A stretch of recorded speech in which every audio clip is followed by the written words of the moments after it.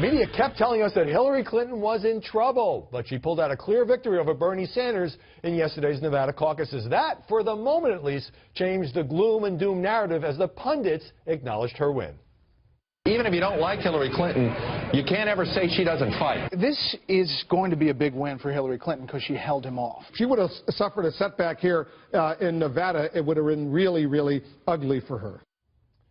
We're back with the panel. Heidi Presbella, as Wolf Blitzer kind of set up this question. My sense of the reporting by the media is that Hillary kind of dodged a bullet, that had she lost the Nevada caucus, or had it been just another one of these, squeakers, she would have gotten hammered by the press. Let me commit an act of heresy here and tell you that having covered Hillary Clinton from the beginning of last year, really, I feel that the fundamentals of this race have always been the same. We have had some fun with the media narrative with Bernie Sanders over the summer with emails, but she's always been ahead by double digits. We've always, in the national polls, we've always known that these first two states are overwhelmingly white and that this is where she was going to have her most difficult fight. And so now we're going into seeing exactly what the fundamentals have always told us were the case, which is that she's setting herself up now for a string of victories, and it's going to be very hard to stop. Does that mean, Julie Roginski, that the press has been sort of pumping up the Bernie Sanders threat because we were kind of bored with the coronation storyline and we wanted a competitive race? No question. That's reason number one. Reason number two is she's done a terrible job of reaching out to the press. You saw Chris Wallace just take a hit at her earlier today for the fact that she won't come on Fox. She won't go anywhere really to have an interview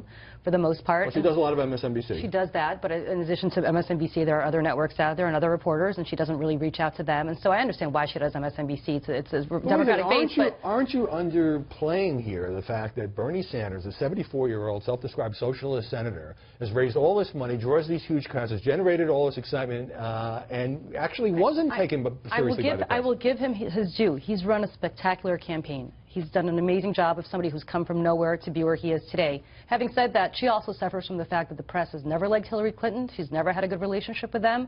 They've always been mistrustful of each other, and that feeds into the narrative as well, where somebody who tells it like it is, this is the Trump phenomenon all over again, on the Democratic side is able to tap into that press hunger for a candidate that she can't tap into. But the story is not just media coverage with either of these guys. Trump and Bernie Sanders are both responding to a real strain of deep dissatisfaction in both parties. And so I think she is a winner in this case. She's still a winner with many worries because of the way that the Democratic primary is set up, and you get this superdelegate story again, and young people angry about how their votes are not counting in the process and the party's taking over.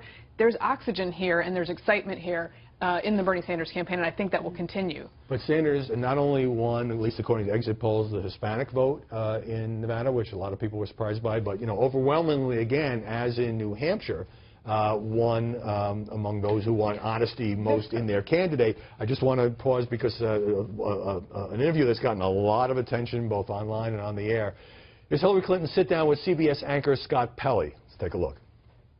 Have you always told the truth? I've always tried to. Always. Always. Some people are going to call that wiggle room that you just gave yourself. Well, no, always tried to. No, I've always Jimmy tried Carter said, I will never lie to you. You know, you're asking me to say, have I ever? I don't believe I ever have. I don't believe I ever have. I don't believe I ever will. I'm going to do the best I can to level with the American people. Wasn't exactly a trick question from Scott Pelley. No. Well, and nobody wants to say I am perfect, right? But there are good ways to answer that question without painting yourself into a corner. She did not choose any of those good ways. She chose a very bad way to answer the question, and it points to the fact that she is a fundamentally flawed candidate, and her weakness came up in 2008 to bite her, and it's coming up again with Bernie, where she's seeing this threat. Is this question about honesty, and a lot of this has to do with the email scandal that's gotten so much press attention, and especially, commentators on Fox, some of them say she may be indicted. Is that the story of why she has not, just easily dispatched Bernie Sanders, or is it, are there other reasons here? No. I don't buy the email story because I've been looking at the poll numbers. Well, just to clarify, you're not saying that you dismiss the email story. No, I don't buy that the email story is what's hurting her honesty numbers, okay? Because what's happening is that she had very high numbers as Secretary of State, okay? And when we started to see her favorability numbers come down amid the email story, if you looked at the internals, it was among Republicans and Republican-leaning independents. That's not the Democratic base. Okay, when she gets into a general election, yes, the email thing hurts her. But what hurts her in terms terms of honesty with the Democratic base is the fact that she is not seen as a more progressive candidate like Bernie Sanders.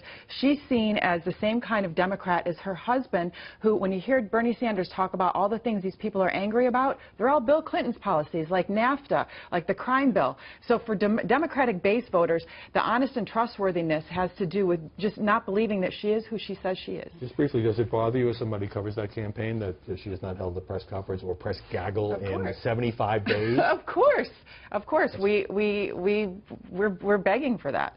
And Julie, Hillary Clinton changed her message a little bit in the closing days before Nevada, saying that Bernie Sanders not a real Democrat because he has criticized her husband and President Obama. Of course, she's hugging President Obama. And, of course, he wasn't registered. And she got booed at this town hall. But, of course, he wasn't a registered Democrat. He was an independent senator. She's right about that. Look, the smartest thing that she did, I don't know if people saw the ad that she put out with this young Latina girl coming to her, hugging her and saying, I'm worried my parents are going to be deported. It was an emotional moment. It made people relate to her. It was the strongest part of her campaign to date. That's the kind of thing she needs to do to connect. She needs to stop being celebrity Hillary and start being a human being.